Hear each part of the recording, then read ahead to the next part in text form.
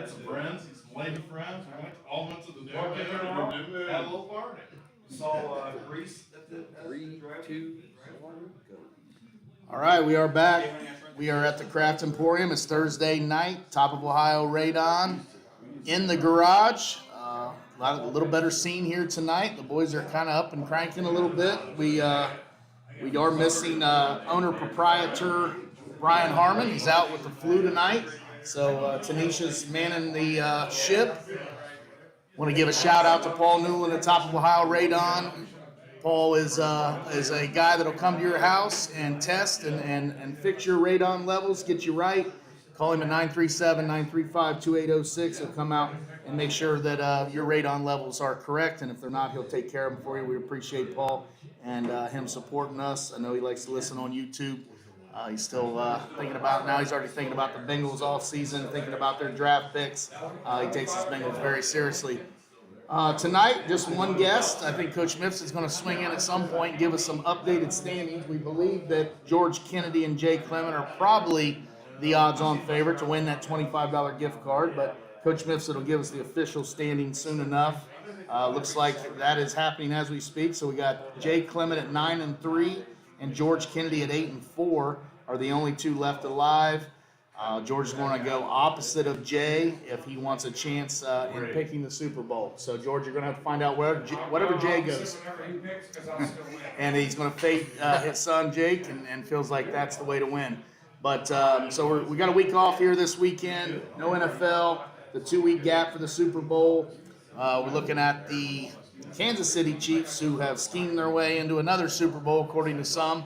And they'll be playing the Philadelphia Eagles down McDonald's. Fly, Eagles, fly. Josh Jones, big Eagles fan. A lot of Eagles fans around here. It's kind of funny how that works. But we are here tonight, kind of our first, maybe almost like breaking news. We are here with Coach Jake Kennedy. Coach Kennedy has just got back from meeting his new football team, the Otterbein Cardinals. It's Otterbein University. Yep. It used to be college, I want to say. I think a lot of those schools moved over to university, but I corrected that on my post. So Coach Kennedy is a 2015 BHS grad. Most people, if you're listening to this, you already know who he is. Probably don't really be announcing. Coach Kennedy, you've been on the podcast many times over the last few years. Good to have you back. Good to be here. So you are returning from Otterbein. We'll kind of put the spoiler at the beginning that you have just recently accepted the offensive coordinator, quarterback coach position at Otterbein University. And you got to meet your team tonight, and you are now returning home. You've still got another week or so of work at Bellefontaine High School, but congratulations. And we're going to get back to that. I just want to kind of front load that in case anybody was wondering what we were talking about. We're going to go way back to your early days of football to start. I know your story, so at times I'll ask you questions I know the answer to. First year of football, 5th grade? Third grade. Third grade. So you started right when you could. Yep. You're an old Bellefontaine Junior Chiefs or Blaze? Little Chiefs. You're a Little Chiefs. Yep.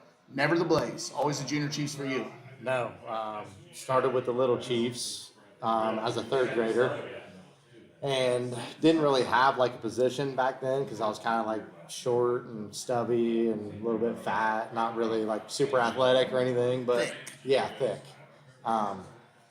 But the way they did it back then, I remember it was like almost like a combine to see who made the team. And the thing I did well was throw the football far. I was like, it still wasn't that far, but at the time it was like, all right, well, this is his position. We can't really do anything else.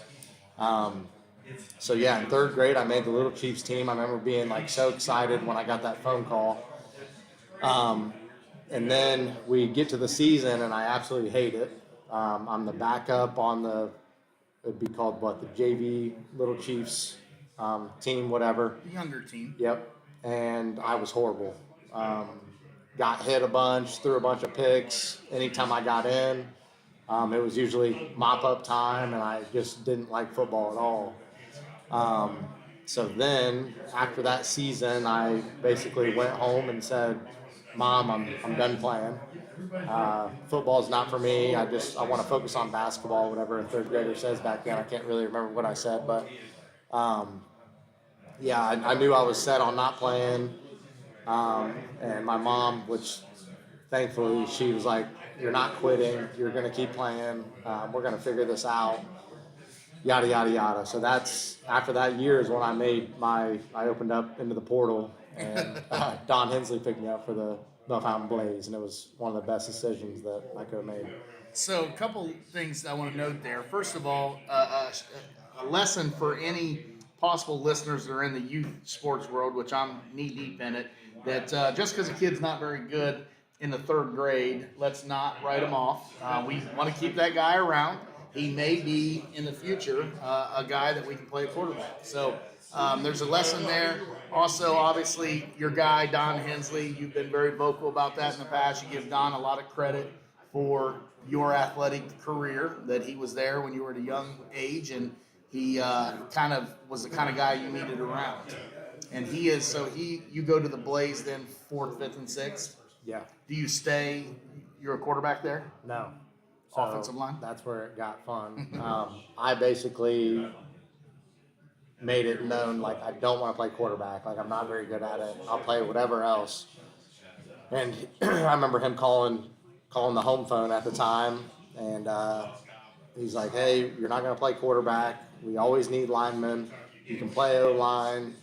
And I was like, kind of reluctant, like, "Okay, sure, I'll give it a try."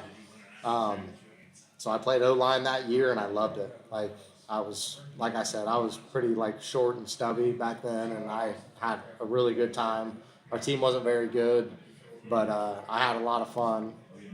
And then fast forward so that was my 4th grade season. Then into 5th grade, he calls the home phone again and says, "Hey, I just want you to know that Nick Burton broke his arm. And I think it was like a 4-wheeler, some accident, I don't know. He broke his arm, and he's like, I'm going to need you to play quarterback again." It's a Wally Pipp situation. Yeah, it is. And so I was kind of like distraught a little bit, like, "Oh, here we go. All my nightmares are coming back to life here." You're going to do it to me again. Yeah. So I agreed, because at that point I'm like, I like football. Like, football's fun. I just didn't You were going have to tell Don no. Yeah, well, that too. And like you said, I did really respect Don, and I felt like he always had youth kids. He always had their best interests at heart. He was just a great mentor back then, and so I agreed to do it, and that's kind of where I fell in love with playing quarterback again. So kind of a weird story back then, but I'm so thankful that this happened how it did. So you stay at quarterback now. You're a quarterback clear into high school. We don't want to visit every season, but you get into high school. You are the backup quarterback to Coach Mossbarger. Dalton is the varsity quarterback. He's a senior your freshman year. So this is like the fall of 2010, I believe. And fall 2011. Would have been 11. Fall of 2011. And Chris Schmidt is the head football coach. You're on a team that struggles. And at what point, I don't want to do a blow by blow, but at some point in the season, you start playing a little bit of varsity quarterback. Yeah, so it was like midway through the season, which would have been when we played Ben Logan. Mossbarger had a rolled up ankle for like the whole week. Actually, like going down the stairs or something. Really weird story there. I don't want to. Sounds suspicious. It does. Another Wally Pipp situation. Yeah. So Moss screws around and misses some time. He screws around and misses 99% of the week. So I'm practicing all week, ready to start. I'm told I'm going to probably start. And next thing you know, Friday rolls around, game time, and he's magically healed. Yeah. So he rises from the ashes. Yeah, he rises from the ashes. He's back in the saddle. He ends up starting that week. I don't play any at all. And then it got towards the end of the season, week 9, and we were 1-7 at the time. And Coach Schmidt comes to me like, "Hey, I'm just gonna make this happen. Like, you're gonna play. I'm not sure when, but be ready to go, because you're gonna get thrown in and you're gonna play." And I remember week 9 would have been Tecumseh, and it was like halfway through the second quarter, and we're down like 21-7, I want to say, something like that. We're down 2 scores, and I get thrown in for a drive, and we march it all the way down, and I throw wouldn't have been my first touchdown pass, but my first meaningful touchdown pass that wasn't in mop-up time. And then after that, we kind of just went back and forth. I didn't play very well, but I played okay. And we ended up losing by, I think, 3 scores. I mean, like you said, we weren't very good. And then by that time, week 10 comes around, and we're playing a really bad Stebbins team. And it was kind of like, all right, well, let's get them some real experience. Week 10.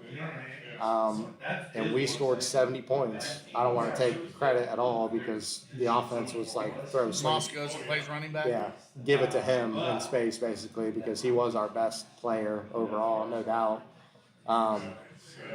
Which I don't. Maybe you have to fact check me, but most points scored in a very long time. 10 touchdowns. Yeah, there was 84 is the record, I believe, and that was against Northwestern, and that was in the early 80s. Some of those early days have some goofy numbers, too, from the early 20th century. But so you take over the job your sophomore year. That was a rough year. Chiefs just struggled. You go into your junior year. That's where our relationship starts. Toby Smith becomes the head football coach in the winter of your sophomore year. That's when I had taken 2 years off and was focusing on being the head wrestling coach. Coach Smith, asked me to coach, obviously, and that's when I meet you. Chiefs are coming off of 3 wins in 2 seasons. Your freshman and sophomore year, there's a 1-win team in there and a 2-win team. So going into your junior year, it's a group obviously with a lot of talent, but had not won any games. And I'm just curious, and I don't want to go by blow through your junior and senior year, but I'm curious like how you felt like when you first met Coach Smith and you knew that he was coming and there was going to be some changes. Like, what were your thoughts at that time? Well, I remember Coach Schmidt having a meeting with all of us that he was leaving, and we all liked Coach Schmidt a lot. Like he was always there, especially my class. Like he was very open to us as the 8th graders to like come around practice and to like come work out and stuff, which like was so cool for us. Like being around high school kids when we're in middle school, we thought it was so cool. So he announces that he's leaving, and then I remember. I don't know how I remember this, but I remember like being in the hallway one day once Coach Smith accepted the job, and the big rumor was around all my friends that he always puts his best athlete at quarterback. So at that point, Dorian. Yeah, I mean, I don't know how you. Well, I just knew your best athlete was in your friend group. Yeah. So then everybody's like, Dorian's getting ready to play quarterback, and I'm sitting there like, there's no way Dorian can play quarterback. I had to talk Coach Smith out of it. No, that's a joke. And I remember like kind of having some like negative thoughts, like they're gonna find somebody else to play quarterback. Like at that time, I wasn't very good. Like there was no reason where he wouldn't try and make an adjustment to what we were doing. Like you said, we had 3 wins in 2 seasons. And I'll never forget like being in the weight room working out, and his first day on campus, he pulled me aside and was like, hey, I watched your film. I'm really excited to work with you. Like, you're going to be really good for us. Blah, blah, blah. And I just remember, like, just that feeling of, like, I don't know, him embracing who I was really important for me. Like, him showing up after me not being very good. Like, if he believes in me after a couple really bad seasons, like, I'm ready for this transition. And I was really excited from that point moving forward. Well, I was obviously involved with him in the days where he's thinking about taking the job and then trying to get all the logistics squared away. And he and I talked at length many, many times throughout the month of December and January. And I always told him, look, this is a talented team, a lot of good young guys. This team has a ton of potential. We can be good really quick. And there was never any doubt you were going to be the quarterback. That was part of it is, hey, we got a good quarterback. This kid can win football games. Your class was a really talented group. So we start that journey. We win 5 games your junior year, and we're competitive. You know, we lose to Walpock in a close game. We lose to Shawnee in a really close game. Even though we're just 500, we feel like we're on the verge of getting really good. Go into your senior year and, you know, finally break through and have the best season that we'd had in a few. Go 8-3, make the playoffs, lose in the first round, unfortunately, in the playoffs. But really turn things around, and, you know, my memories of that were just that we made people excited again. There was, you know, those 2 years where we were really bad, and then even the 5-5. You know, it's harder to get excited for football, but got the juice going again around the football program. The Wittenberg connection. I'm not totally sure when you start looking at Wittenberg. Where does that come in? So basically, after my senior year, that's when I pretty much like made up my mind. Like, I definitely want to go play in college. And honestly, the team that like really recruited me the most was Ohio Wesleyan. And they were like above and beyond, like sending coaches to my basketball games, like calling me on the phone, like always had good conversations with them. And I was like almost pretty dead set on going there. And then Wittenberg hit the scene kind of after them, I would say. And I, to be honest, I didn't like get that same feeling that Ohio Wesleyan gave me. Like, Ohio Wesleyan wanted me to come in as a freshman and like compete and play and possibly start as a freshman. But like in the back of my mind, the biggest thing that I was looking for, and I told all those coaches back then, was like, I want the best financial aid package that I can get. Like, I don't want to put myself in a lifelong debt journey.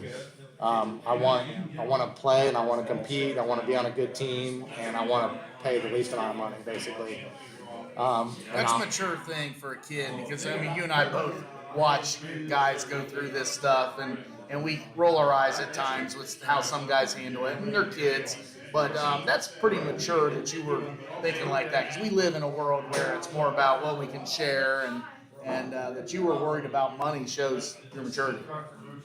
If that's what you want to call it, yeah. I would say you were known for being guy. mature, yeah. But no, you're absolutely right. Like, for example, I had a cousin who played at Denison. He played a season and a half.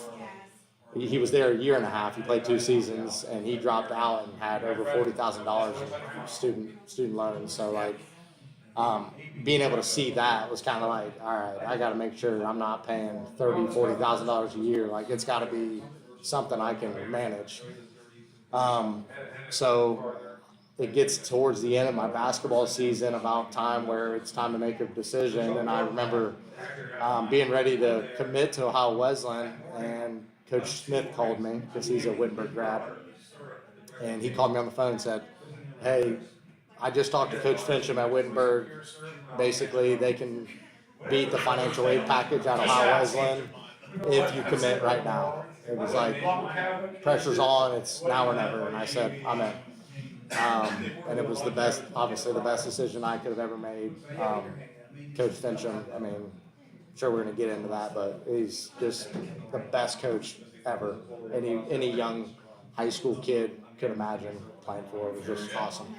It strikes me, you know, we talk a lot about what sports are about, and I think you and I both at times struggle with how people distort sports and make it like about what they want it to be about. But at the end of the day, sports are about relationships, and some of the things that occur on the field, they may not be that important, like in the scheme of life, winning and losing, but it's relationships. And Coach Smith, Toby Smith, coming to Bellefontaine really impacted your life. I mean, it's hard to say. I mean, it's kind of that butterfly effect. If he doesn't come, you know, not that you wouldn't have been a good quarterback and the Chiefs were still going to win more games your junior and senior year. That's not what I'm talking about. But that connection with Fincham, I would say you probably don't go to Wittenberg, right? If that doesn't exist. And if that doesn't exist, then where are you? We're not sitting right here. I mean, I think we know that. You'd be just somewhere else. So it's interesting how the people we meet along the way, and they do stuff for us, and it doesn't really make it's not the story, but it is the story of your life. And so you go to Wittenberg, and you get there that freshman year. You don't play your freshman year, right? You're just watching at that point, playing JV. Right. and I know I've talked to you about this before, like, was there ever a moment that freshman year where you thought about quitting? Oh yeah. When I first got there, that summer before I went, I was working second shift at Honda. So you can imagine that lifestyle of like, I mean, it was unhealthy for me. Like getting in lifts were rare. I was drinking Monsters on the way to What work. department you working in? That year I worked in panels. Okay. So, which is one of the easier jobs there. It's like the dashboard, putting that. I got you. So, Yeah. not under I worked body. there. Yeah. Little summer help. Yeah. Okay. Little tidbit there. I like that. So to be honest, yeah, I showed up as a freshman and was in really bad shape. Like I said, I'm drinking Monsters on the way to work, drinking Mountain Dews at lunchtime, getting off. Not much has changed. Yeah, well, I've been trying to work on that. But yeah, I showed up. I ran a 5 flat 40. I remember we did a bench press test. 205. It was as many reps as you could get, and I got it 4 times. So just I show up and they didn't write me off, but it was kind of like, yeah, this dude ain't ready for anything like legit. So then we get into late in the season, and I am the scout team quarterback. There's 4 quarterbacks on the roster. There's the starter, Zach Jenkins, and then there's 2 sophomores at the time. We're kind of like 2A, 2B, like, and then just me. And you're going into a Wittenberg program that has been really successful, right? What are they coming off of in that era? Just like 10-win seasons type stuff? The year before I got there, they were 9-2, and the year before that was 10-2. So 2 really solid seasons. In case anyone doesn't know, obviously Wittenberg is one of the most prolific Division III programs. Joe Fincham, even by the time you're there, he's probably in about his 15th or 20th season as the head coach since the 90s. He's won all kind of NCAC, right, back in those days. Conference titles, gone to the playoffs, never won it, but got into the playoffs and made some noise. I've told you before, I was a huge Wittenberg fan as a kid, just reading the old Springfield News Sun, and Wittenberg what a great program. It's still a good program. We're glad that Jack Varner's there, but in those days it was really humming. So you're the scout quarterback, which I already know, like you're very well equipped to be that guy. I guess you thrived in that role. Yeah, well, exactly. So I'm the scout quarterback, and like I said, I wasn't like in great shape or anything, but like when it was time to compete and time to go, like that's kind of where I made my hay. Like I always gave a great look on scout. I took it seriously, and I'll never forget. It was like week 6, I think, and the way we did it back then was like the offense would be on one half of the field going against a scout B, and then the defense was going against a scout O on one half of the field. And I remember throwing a play action post to the middle of the field and threw it into the offense's practice. Hopefully I can find film of this somewhere because maybe it seems a little bit crazy, but it was like the longest throw I've ever thrown in my life. And then next thing you know, Fincham's head snaps around. Everybody's looking to record me and take videos and me to sign stuff. No, but the next week we play Oberlin, I think, and they're really horrible. And we get up on them like 50-0 in like 2.5 quarters. And they put the backup quarterback in, and we're backed up on the goal line, and he ends up like taking a safety, and it's like a really bad, ugly play that he makes. And then the offensive coordinator calls on the headset and says, "Tell Jake to warm up. He's going in next." And I'm like, "Oh God!" So they've already had conversations, obviously, at that point. As a coach, that you were number 3 or 4, whatever you were, but it was with a bullet. Like, we need to try to get this kid promoted as quick as we can. Yeah. For sure. So then I'm like, all right, here we go. I had no expectations to play that whole season. And I start warming up, and next thing you know, it's like, all right, we're in. I'm like, oh, God, here we go. And this is still your freshman year. Yeah. So my first drive, again, it's against a really bad team. We marched all the way down the field, and I ended up scoring on a touchdown run. And from that point moving forward, it was kind of like my eyes were open. Like, all right, this is real. Like, they're embracing my play style, which kind of maybe isn't your prototypical like college athlete, but they're like, let's kind of wrap our arms around this kid and let's see what he does. So you get into the off season, then you come back and you're the starter for 3 seasons. And and I know we're going to glaze over that some, or we'll be here until 10 o'clock. You played 3 seasons, your sophomore year, junior and senior. You guys are mildly successful, right? Like good seasons, playoffs. How many of those years? Actually, sophomore and junior year were the playoff years, and the most successful team was my sophomore year. We ended up going 10-2 that year. Win the conference. Yep, win the conference. And then what do you do in the playoffs? And then we go on the road to Thomas More, and we're obviously, if you're on the road in D3 playoffs, you're expected to lose. Like, we were pretty heavily underdogs. Like, they're really good. Thomas Moore's always been really good. That's Kentucky. Yep. And we upset them. I can't remember what seed we were, but we upset them on the road, and then we go to Wisconsin Whitewater. And you go there, up yeah. there. And is that a bus trip? Yeah. Oh, that's a long bus trip. It was a long bus trip. Actually, there's a rule where it's like if it's under 800 miles, you have to take a bus, and it was like 794 or something. So we took like an 11-hour bus like trip. A Friday morning. We actually left 2 days before. Okay, Thursday morning. Yeah, I think so. So you got a day to get acclimated, then you play, and then you come home. I'm just curious. You lose that game. You come home after the game. Yeah. So you're getting home deep into the night that Saturday night. Really That's late. a tough bus ride home. Yeah. That term gets thrown around a lot, but that's a real tough bus ride home. So and the main point I want to make, and a lot of people already know this because your reputation precedes you. You're the all-time leading passer at Wittenberg. You throw for almost 8,000 yards, and a 3-year starter. Obviously, you have the kind of college career. As a guy that considers myself a resident historian, I would guess there's never been a quarterback in our area that has thrown for 8,000 yards in college. I can't even think who you're competing against. I don't think we've had a lot of college quarterbacks. Now, we've had a few, but they're not in those kind of offenses. You won a ton of games. You get done at Wittenberg, and at what point do you decide that there's still maybe more football? Is that while you're playing, or is that after you're done? Well, at the time, so my junior and senior year, I had an offensive coordinator named Reed Florence, who is currently the OC at Valpo. Springfield Southeastern grad. Yeah, Valparaiso.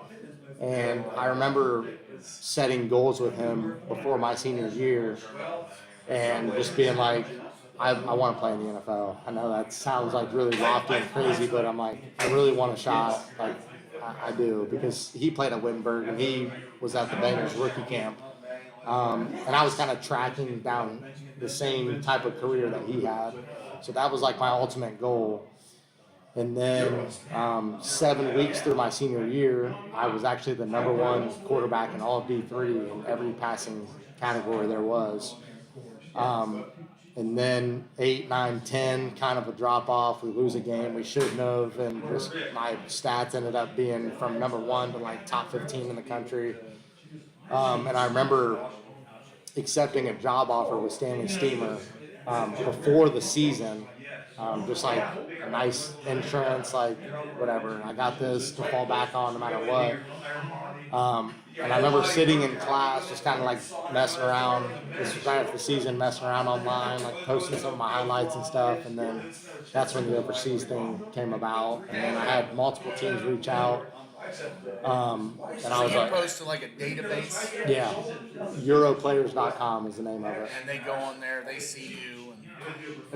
So then I started talking to a couple teams, and then one of the teams where I played in Austria offered me a pretty decent 1-year contract to go play, and I was just like, yeah, I'm in. Let's go do it. And are you done playing at this point? Like your season's over? Yeah.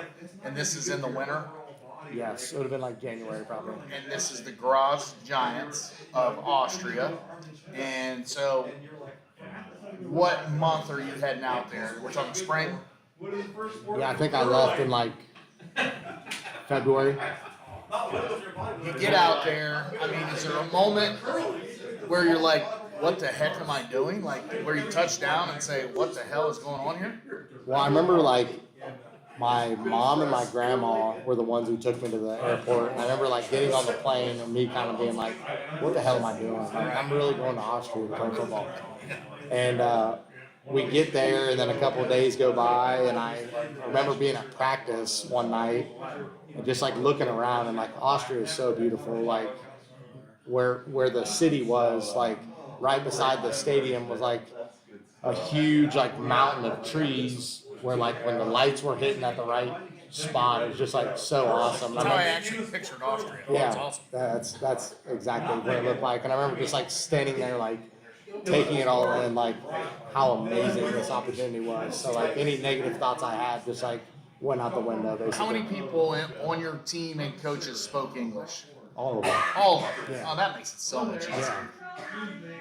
How would you rate the level of football? Like if you had to say, what's the best team in the United States? So whatever level you want to say, what's the best team you guys could have beat?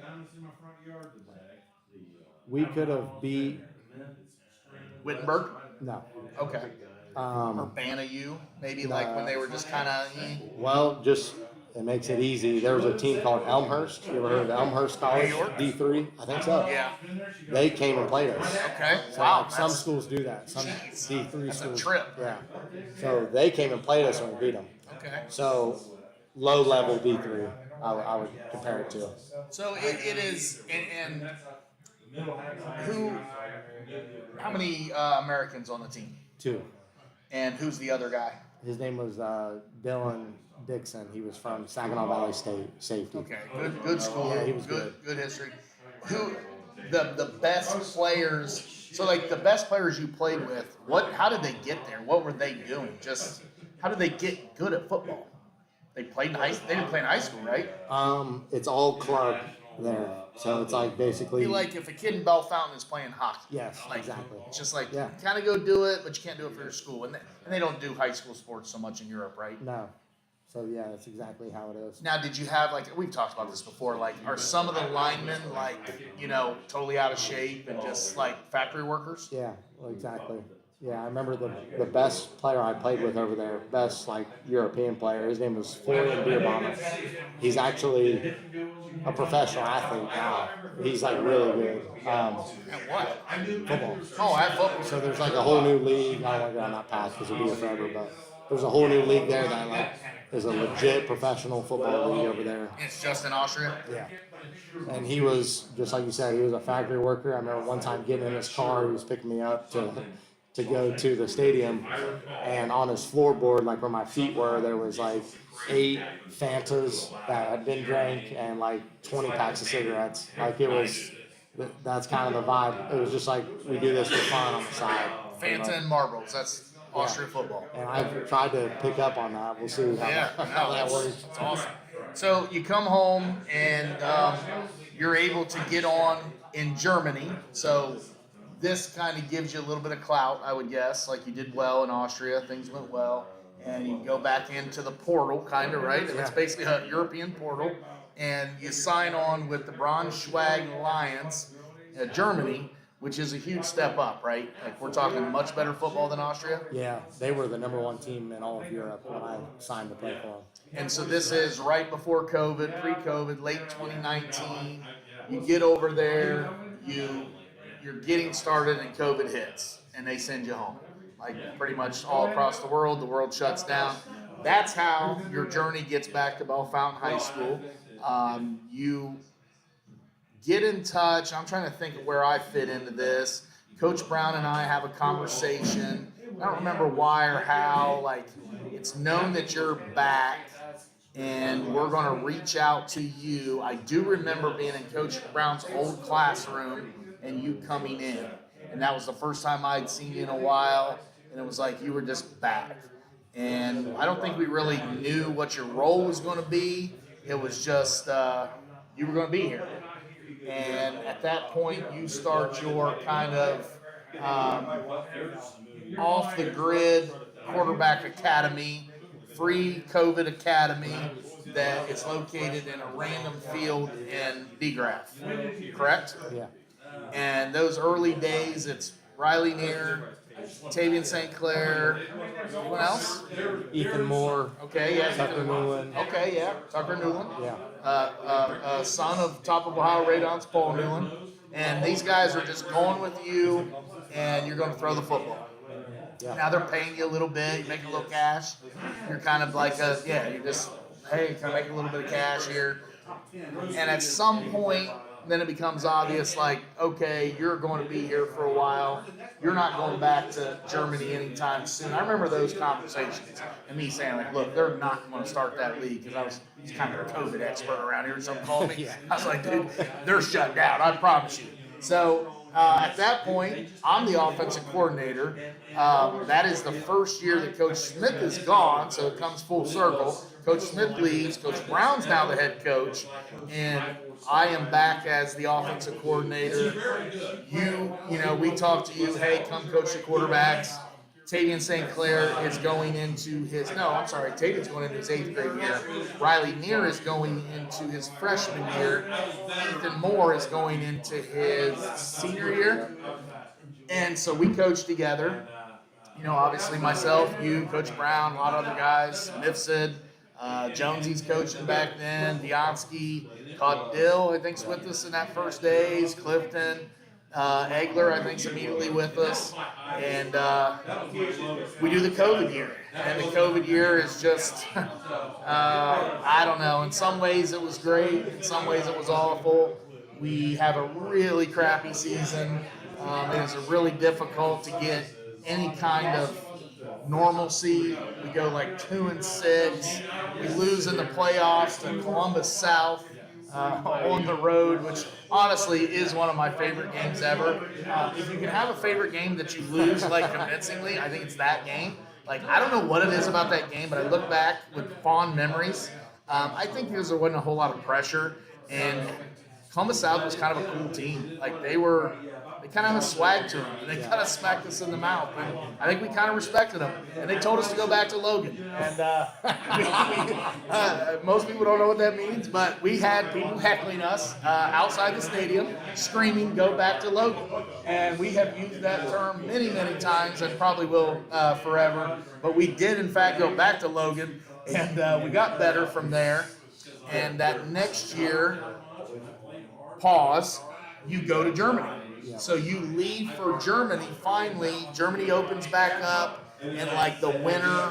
So like the vaccine deal, we all get vaccinated, and you got a bunch of boosters. I remember that. You were like, I'm so good.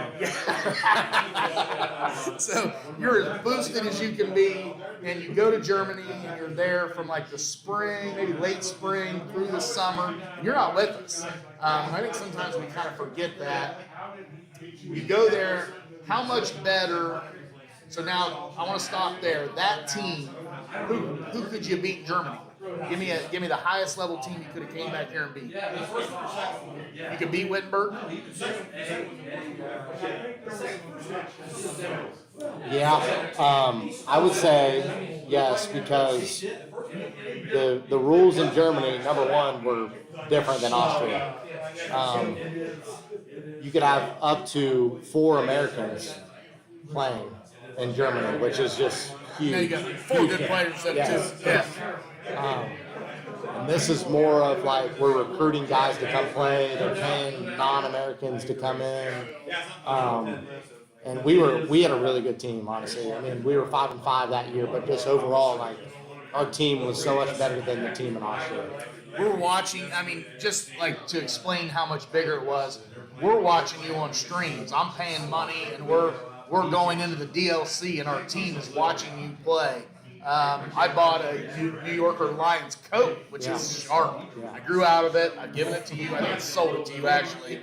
I'm not sure you fit in it either. It was European cut. Yeah. Those Europeans cut stuff really small. 2 sizes too small. But obviously that's a great deal that you did over there, and you come back. So that's the 2021 season. That's the Tavian St. Clair freshman year. He and Riley Neer are in a quarterback kind of battle. They're both playing. Coach Brown is our quarterback coach, and Connell's getting me on these comments, but COVID brought up a lot of funny things. But you come in like week 7 or 8, I think, and we're in the middle of having a really good season. We start out 4-0. We beat Watterson on the road. We're not really expected to be that good because we were 6 the year before, and you kind of come into just like a consultant role because you can't really be the coach, but you're around immediately and you're on the sidelines. I remember that KR game. One of my memories is we are in a dogfight with KR, which looking back, if we don't beat KR, we don't go to the playoffs. We don't go on the road to beat Tri-Valley. So it's a huge win. And we throw a touchdown pass to Owen Stanley, and you called the play, because I'm calling the plays on the sideline, and I'm like, what do you think? And I turned to you, and you was like, check this, or whatever it was. I don't remember. And we throw a touchdown. I don't know if you remember that. I do. And so, I mean, that's the game-winning touchdown. And and that moment is special to me for a bunch of reasons, but I think it was indicative for me, that time frame. And I guess what I'm proud of is that we certainly, we all work together. Like, there was not ego. Whether, myself, you, Coach Mifsud, any guys that were hands on the offense, we didn't care about credit. I'd been the offensive coordinator, but I was kind of always trying to, give it to you just because I just felt like a lot of reasons, but some of it was my own personal. I didn't really love doing it. But also, I wanted you to do it. I knew you wanted to do it. You had the credentials. It's like, you make sense as that. I make sense as the O-line coach. And that was kind of a moment, where that was kind of precursor of things to come. Now, obviously, that COVID year, you had been there, and I was calling the plays. But that was kind of a cluster in general. But, we wrapped that season up, and then you basically come on board full-time. Do you get a teaching job? You're subbing that next year, right? So be like Tavian's sophomore year. I know. Are you a full-time teacher his sophomore? Is this your 3rd year? Wow, I don't know. I feel like I had a teaching job that year. Yeah, I do. This is your 3rd year at BHS? Yeah. So, so you get a job, and now you're full-time and you're into it, and that's when we really start cooking. Tavian's going into his sophomore year, so the class above him, Riley Neers, Jack Varner's, Hayden Mans, Chris Fogan, CJ Wilson, that's a crew that's just really good, arguably the best class we've ever had. They're going into their junior years, and we feel like we've got a really good football team that can do a lot of things. You're the offense coordinator, I'm the O-line coach. Isn't that how we did that right away? You become the do I call the plays one more year? Granville. No, you're right. So you're the OC at that point. Yeah. And have a good year, but that's the year we fell to Granville. Yeah. That's the Caden Reams touchdown that should have been a touchdown that wasn't a touchdown. That'll haunt us for a long time. And then the next year, so I hate to say it, the Tavian St. Clair junior year, but it's hard when he's not his best player in the country. It's kind of how you remember things. So that's that senior class of 2024. That is the best team. I think everybody understands that. They are, we have an incredible season. Struggled for a while. Had a tough loss at Coldwater, tough loss against London, and then kind of worked to right the ship, the rest of the season, get into the playoffs. What are your memories of I know I'm flying through just because we could talk for hours, kind of that year, because that's kind of the year, I think. Would you agree that you'll look back on, when you think of your time here, would you say that's the year, Yeah. the regional final year? What are some of your memories of that? What stands out to you? Well, first and foremost, just like how talented that team was. Like, I mean, just top to bottom, like we had dudes everywhere. Um, and I remember early in that season, we were really good, but at the same time, like offensively, we maybe weren't as solid as we could have been. And I think once you took a more hands-on role with the run game, um, it just, I don't know, it played into our strength. It was a perfect match because, like you said, it was never any egos with us. Like we always just worked together so well, and we had done it before. I think that year, the COVID year, we kind of like did it together, and that was a time in that season we lose to London, we get blown out, and it was like, all right, you stepped up and said, I'm going to take full control of this run game. You're able to say, all right, how can we make Tavian St. Clair the best he can be? And we just like worked together so well to just like form really good game plans week to week. And I think that's kind of when we like turned the page. Like really, we did a lot of good things well. We ran the ball well. We threw the ball well. Just everything came together. But like I said, to start this thing off, that team was just so talented. Like it would have been hard to have a bad season without. I mean, we just had men amongst boys with that team. We had five. I mean, in any given game, we had the five best players on the field. There might be five of the top 7, 5 of the top 8, but we had some dudes. Yeah.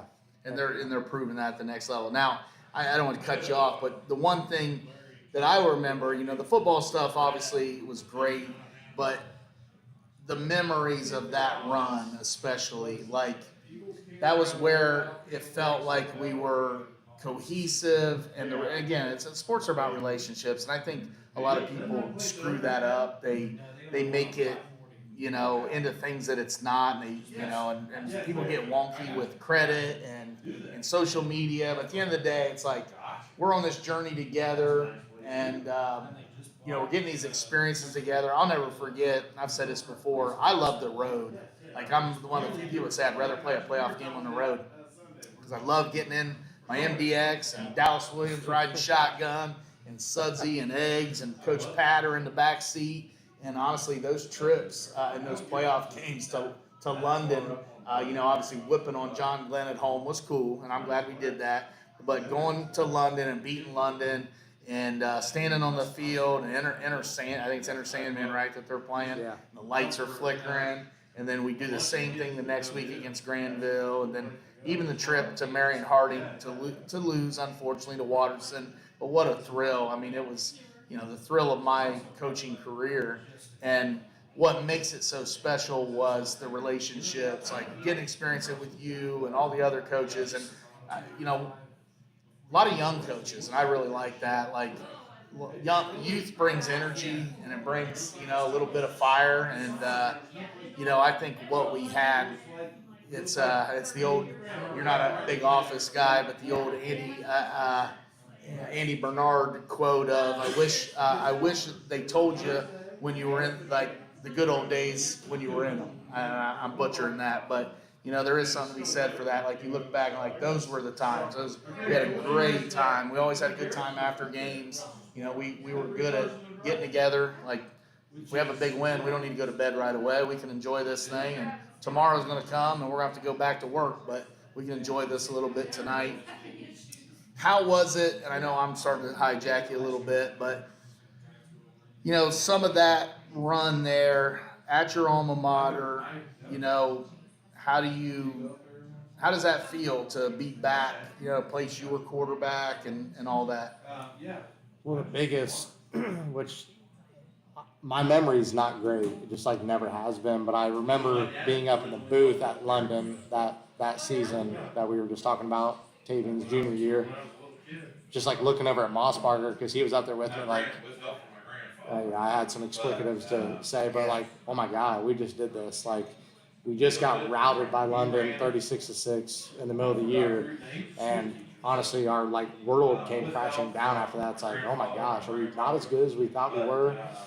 And I remember just like going into that game so confidently. Like all of our kids were confident. Our whole staff was like, we're gonna beat these guys. Like I remember standing up there after just a straight dogfight. Like, oh my God, we just beat them. Like it was just such, you know, when I look back on my experience at Bellefontaine, that's going to be that feeling right there. You can't make it up. You can't pay any price in the world for it. Like, look. I remember you coming down the field, like after the game. That was always kind of a big thing. Like the guys in the booth, there's always that delay, especially if it's a close game. Like, you know, there's going to be about 2 minutes, and then you're going to get hit from behind by a guy that's going to be ready to celebrate. Yeah, no, that's yeah. I mean, obviously, I think all of us that were involved. Coach Caudill, I'm glad to see he's in on the chat. He talked about walking to the elementary. Honestly, I'm on board with that. Like that walking pep rally, and then the driving one where we're leaving town, and I'm in the MDX, and I gotta have Dally beside me. It's just not the same if Dally's not riding shotgun and he's hollering out things, inappropriate, and yeah, those were awesome times. Those were so much fun. But I know obviously we're rushing, but I want to talk about, before we talk Otterbein, because I do want to talk about that. I want to talk about Tavian St. Clair. I mean, we got to. You literally couldn't ever imagine that you would come back to your alma mater, who has been good at football for many years, but nothing like, we're not elites. You know, Bellefontaine, we're very proud of the history. We think we've done a lot of great things, but we're not elite. We're not Massillon. We're not Camp McKinley. You come back at the exact time that the greatest talent we'll ever see comes back or comes through. Just give me a few words on what it was like to experience that with Tavian St. Clair. Well, I remember that year you talked about the QB workouts in McGrath. Why McGrath? Bellefontaine parks were like on lockdown. Yeah, we couldn't get any area in Bellefontaine to work out, so it was like we had to just like makeshift something. I was able to. Nothing says COVID like that. Yeah. So a lady I had met was a friend of my mom's. Her parents lived in McGrath, and we were able to get this perfectly lined field in her backyard in McGrath. It was like 60. I don't want to disclose that because you know what I mean. Well, there were some stipulations. I think there's pardons and stuff that have happened. I think we're good, but okay, fair enough. So the field gets lined, and next thing you know, we're spending a summer in McGrath, like working out, throwing footballs. And I remember the first day, Marcus, which is Tavian's dad, had gotten in touch with my uncles. I think that's how that started. Both my uncles went to school with him. And one of them reached out to me like, hey, my buddy Marcus has a son who's in middle school. He'd love to work out with you. And I remember that first day of him there throwing, just like coming away from it like, what the hell? Like, where did this kid come from? Like, he's spinning a varsity-sized football better than anybody there, and he's like 12 or 13 years old. And little did I know that would turn into just like, I don't know what you want to call it, but just some of the best times of my life working with him. Like, he's just the most fun kid to be around. He's super talented. He worked really hard. Like, it's a talent that I'll never experience in my entire life probably. And it was just so special that I could be whatever people want to say or whatever part I played in it. Like, whatever that role was, how special it was just so awesome, and I had so much fun. Well, and kind of like I talked about with Coach Smith about how, like, it's funny how life comes together, and 99% of the years that Tavian could have come through Bellefontaine, he wouldn't have probably had a legit quarterback coach. Quarterback coaches are really hard at the high school level because there's just not that many of them, and most of us high school football coaches are like just blockheads, old linemen, old linebackers, and they're just like, some guys do a good job of learning the position, but they're still not a quarterback, and it's not the same. And I think like in wrestling, I coach wrestling. If I couldn't wrestle well, it would be hard for me to show it. And same thing with quarterback. If I can't do it well, can I really show it? And you can show it, and you were young to boot. It wasn't like you were an old quarterback coach; you were a young one, and until he got to be, now he did pass you at some point, like his junior year, I guess, or whatever. But, you could show him exactly what you wanted. And, and I'm sure, and I know that they're thankful that they just couldn't have, we honestly, and the truth is we might not have kept it. I mean, it's not crazy to think that had you not existed, they would say, we probably need to go somewhere where we can get trained on the job. And your existence allowed them to just be comfortable at their hometown. So I look at the whole picture and say it was an incredible, just everything came together perfectly. And when you're in the moment, you don't see it. And then when it's over and you look back and you're like, oh yeah, that's how that whole thing came together. And even COVID, if COVID doesn't happen, does this all happen? Right. You know, it's almost like COVID threw a wrench that brought you back, that allowed everything to stop, and then you kind of put in enough roots that you're like, all right, yeah, I kind of like that. And then that's where I go back to the relationships. And maybe you disagree, but you know, the right group of guys that are, you're like, I like this. I'm having fun, because you're having fun, right? I mean, and that's so important. I don't think people always realize that. Like, if you're not having fun with the people you're doing stuff with, you're just not going to want to do it very long. And football sucks at times because there's early mornings, there's late nights, there's BS that you hate. But if you can counteract that with, man, we're having a lot of fun, and we're having fun with the kids, we're having fun with the coaches, and you know, we had a really good group that obviously were tight. So, Tavian St. Clair, you know, I want to ask you about his trip now to Ohio State. He's now, you know, he's been gone now for a month and a half. I mean, we watched him on the sidelines, and he's a part of that program. It was awesome. I was watching him in the post-game celebration. I was seeing cigars being smoked, and I honestly was watching, like, see if Tavian had a cigar in his mouth. I didn't think he would, but it was kind of funny to watch. Like, he's right there with those dudes. And how do you feel? Like, one of the things I've said a lot lately is I feel like I may have to fight somebody over Tavian in the future, because we've given him, not we, I mean, we're not anybody, but he has gone on to Ohio State, and now he belongs kind of to the world. I know that's a little excessive, but kind of not excessive. He exists in a plane that is so far above and beyond what we are, and so he's now vulnerable to internet trolls and fan, you know, craziness. And I feel like these next few years are going to be so interesting, because he's going to have so much attention on him as his, you know, one of his mentors at the very least, if not his mentor. How do you feel like watching him go on?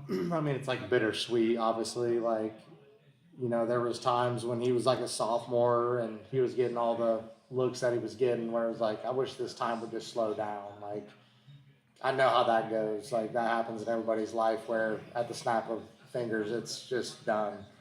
But like, to get to where we are now, it's a little bit of a relief, to be honest. I don't know if that's the right word to use, but it's just kind of like, wow, we were able to keep him here for 4 years. You know what I mean? Like a job done. Yeah, like he was able to have a successful career. He was able to be a kid.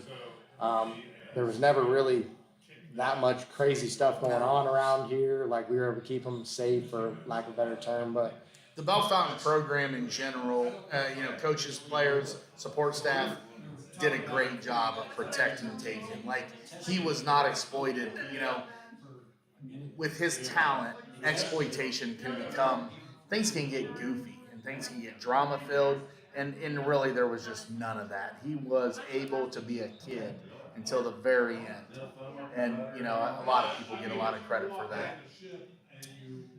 Switching gears, so we'll wrap up talking Otterbein. So I know you, just because, you know, I know you personally. You know, I know you always kind of were a little torn, like, we're open to idea of going on to college. I mean, it wasn't like you were looking. You were just like, if something comes up, I'll listen. And what is the first moment? I actually don't, I think I know this, but I've forgotten. How does this Otterbein thing start? So it starts with me receiving a text that my old coach, so Coach Mark who was the D coordinator at Wittenberg when I was there, I took the head job at Otterbein, and that he was looking for 2 full-time offensive coaches, basically, and that Coach Mark was possibly going to be reaching out to me. But I didn't really think anything of it, like, all right, whatever. And then next thing you know, that night, Coach Mark was texting me, and said, hey, I'm at Otterbein now. I'm interviewing for 2 offensive coaches. I just want to see if you're interested. So I respond like, yeah, I'm interested. I would love to just get together and talk and hang out. And he's like, all right, well, what's your status? Like, when could you come? And I was like, honestly, I could be there any time after 3:00 next week. And he's like, all right, well, why don't tomorrow you come and we hang out and we'll just chat. So I'm like, all right, sounds good. I'm like, you want me to bring anything? He's like, no, just come and we'll just hang out. So I go there. Would have been last Tuesday. We had school canceled, and he kind of gives me a lay of the land, shows me the facilities and stuff like that, and then he sits down and we have a conversation. And basically, he's like, I'm interviewing offensive coordinators right now. He's like, it's really important for me to have somebody in here that I trust and that I know. And I was like, well, yeah, I mean, this is obviously all brand new to me. Like, I've been in high school coaching for 3 or 4 years, like, whatever. And he's like, I'm not so worried about X's and O's right now. I just want a young coach in here that knows what they're doing and that can bring energy into a program that, to be honest, isn't. I mean, it's ground zero. They're starting from scratch. They've had four head coaches in 4 years. That's crazy. That's hard to do. Amazing. That's hard to do. And I'm sure we're going to get into it. And I brought that up today because I met the team, but it was just amazing to hear that. And I really respect him. He's one of the best coaches I've ever been around. Defensively, he's one of the smartest defensive coaches around. And so it kind of left off at that. And he's like, oh, I'll let you know in a couple of days, like, what I decide to do. So he calls me on Friday last week and he said, hey, I want to go ahead and offer you the offensive coordinator and quarterbacks coach position. Are you interested? And I'm like, yeah, I'm in. I kind of dabbled in, there was a couple different positions that opened up in the area for me to stay in high school and maybe move around. But nothing like really like sounded that great to me to where I was ready to move ship. I mean, Bellefontaine's awesome. I was completely open to staying for the rest of my life, but this kind of seemed like the type of opportunity that if I passed up now, I probably would never get again. So it's just kind of where we are. You know how I feel about it. Obviously, I think it's a great decision. It's, it sucks to watch you leave, and it probably still hasn't quite hit that it's going to happen because all these last few years have been, just an incredible amount of time together, whether it be at school, whether it be football, whether it be socially. But the reality is it's an opportunity that you just will never, I've said it to you that you're now at the doorstep of a journey that could take you.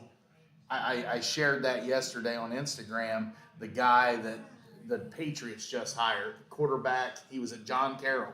I don't know if he was good. I don't know if you looked at that at all. He was the quarterback. I don't know if he was actually the quarterback or he was just a quarterback. He was quarterback at John Carroll, and then he was like a quality control guy at like Middle Tennessee State, and now he's at the New England Patriots, and he's like 25. So, you look at that and you're like, the road can travel, especially, and I truly believe this, that quarterback coaches are a very hot commodity. There's just not that many of you. Linemen, there's a lot of those types. There's a lot of defensive guys. There's only so many quarterbacks. It's finite. And, it's just who knows where this journey will take you. Obviously, it's going to take you to Otterbein for a while. History would say you won't stay there for the rest of your life. And what is that next step? And that's where I get really excited and say, what can the road bring? As you look at your team, I know you really haven't, but you feel like you got some quarterbacks. You got 4 of them on the roster. What can you tell us about that? Well, that was a big part of this was like, I didn't want to go there if it wasn't the right setup. Like, obviously they were 1-9 last year, 0-10 the year before. So, it's, like I said before, it's ground zero. But like doing some digging and talking to people that I know, like, it's just a great setup. Like you said, there's 4 quarterbacks on the roster. One of the guys started last year. He's now into his 7th year. He's your age. He'll be a 7-year senior. He might be older than me. But there's some young guys on the roster. There was a sophomore from North Union who's a decent athlete, and there's a freshman on the roster that's really talented. Like, as far as like the deepest room on the roster, it's definitely the quarterback. Like, it's a good room. I met those guys today for the first time, and I was very pleased with how they all acted and how open they were to having a new coach. I mean, that was one of the questions I asked them. I'm like, raise your hand if you're a senior. And there's like 6 or 7 guys that raised their hand. I'm like, you haven't had a head coach more than 1 year. Like, so These are some dogs that are staying through this. Yeah, that's a fact. But, my job there is to just make sure those guys are secure and, teach them fundamentally what it takes to be sound. Like, a team that's 1-9, it's not so much about scheme. It's just about like fundamentally being good at football in order to scrape out some wins. So obviously it's going to be a huge challenge, just like any job at the next level. But this one in particular, 4 head coaches in 4 years, numbers are thin for us. But I really believe in what Coach Marcus is doing, and I'm excited to keep that going. No doubt, and obviously sad. There's that level of sadness to leave. I mean, there's got to be a little bit of you saying, kind of be nice just to stay in your comfort zone, and things are going pretty good here as far as you're happy, and it's probably a credit to you that you're willing. That's one thing about you that maybe not everybody knows is you're willing to stick your neck out there in a way that a lot of people wouldn't, because you are comfortable. You didn't need to leave. You have a good job that pays you decently well, and you got a good life. But you have an opportunity and you're a competitor. And so you want to challenge yourself and say, all right, where can I take this thing? And what can I do at Otterbein and, beyond that? I am sad, though. I mean, it is, it's setting in that this phase is ending. It doesn't mean it's not officially over, but it's you're not going to be around as much, and you're not going to be around cheating football, certainly at all, other than maybe recruiting some players from time to time, or recruiting some former players maybe even. But what will you miss? And then we'll wrap this thing up. What will you miss most about Bellefontaine? Easily the first thing I'll miss is the kids at Bellefontaine. That was like the whole reason of coming back, was like, I know it's cliche, but like giving back to the kids that you came from. I don't know, Bellefontaine kids are just like a little bit different. I don't know. It's just like, I've been literally all around the world, and it's just like Bellefontaine kids and being from here just has a special place in my heart. So that's obviously hard to leave, but like we had talked about, like some of those journeys we had as a staff, like I've met some really great people here, and you're included in that. Like, we've just had so much fun. And I'm commuting the first year, so I'm going to still be living about 8 miles away. But I'm going to miss just every day being with people you love. Like, you can't pay any price for that. Like, that's just so special to me.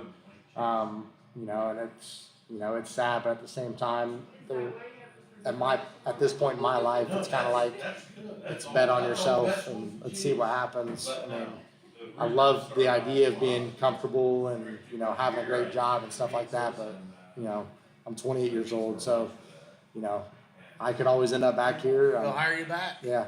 So, I'm going to miss this place a lot, but I'm really thankful for the memories I've made here. Brian Harmon can get you a shift here at the Craft Emporium if you're kind of in a in-between phase. I mean, there's all kinds of opportunities here. So, well, congratulations. Everyone's excited. I think, Otterbein going to announce this thing? Are we going to do we got like a social media rollout coming? We'll let you know. Okay, let us know. But in the meantime, this podcast will be the official announcement. I think at this point, this is our first time that we have announced a Division III hire. So we're proud of that. The boys have died down finally. They were really loud tonight. It was hard to talk over top of them. They were really full of it. still got a little in him. We are praying for Harmon. We got the prayer warriors together for Harmon for this influenza A. His fever has broken. We actually have a live update on his fever. It has broken. So we feel like he's turned a corner. I thought you said the beaver is broken. And so we get him better, get him back in here. I don't know who we're going to talk to next Thursday, but we'll work on it. Might be time to talk some basketball again. We've talked football and wrestling for a while now.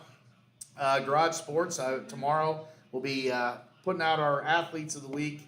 Bella Hughes of Benjamin Logan, girls wrestler for Benjamin Logan. She was second place at the Ironman. We'll release that tomorrow. She already knows. And then Riverside basketball player Jackson Woods. He actually doesn't know. I don't know if he's one of the 9 people listening right now, but if he is, congratulations to you, Jackson Woods. You are Athlete of the Week. Had a great week, averaged about 20 and 10 all week long, like a Jokic type week. So, appreciate you, Coach Kennedy. Excited. We don't get too emotional on here. We got time for that. We got your going away parties coming up over the next couple of weeks. We'll save that for that. Certainly always appreciate Craft Emporium. Tanisha's been keeping things locked in here while Harmon is recovering from influenza A. And certainly appreciate Hoy Buckingham for staying here and helping us out, make sure everybody's talking loud enough. And definitely Paul Newland, top of Ohio Radon. We'll see you next Thursday. Dow, FCC is going to have a heyday with that comment you made. Yeah. Oh yeah. I mean, we had 17 tonight overall. It's pretty good. Yeah, that's our second highest. Just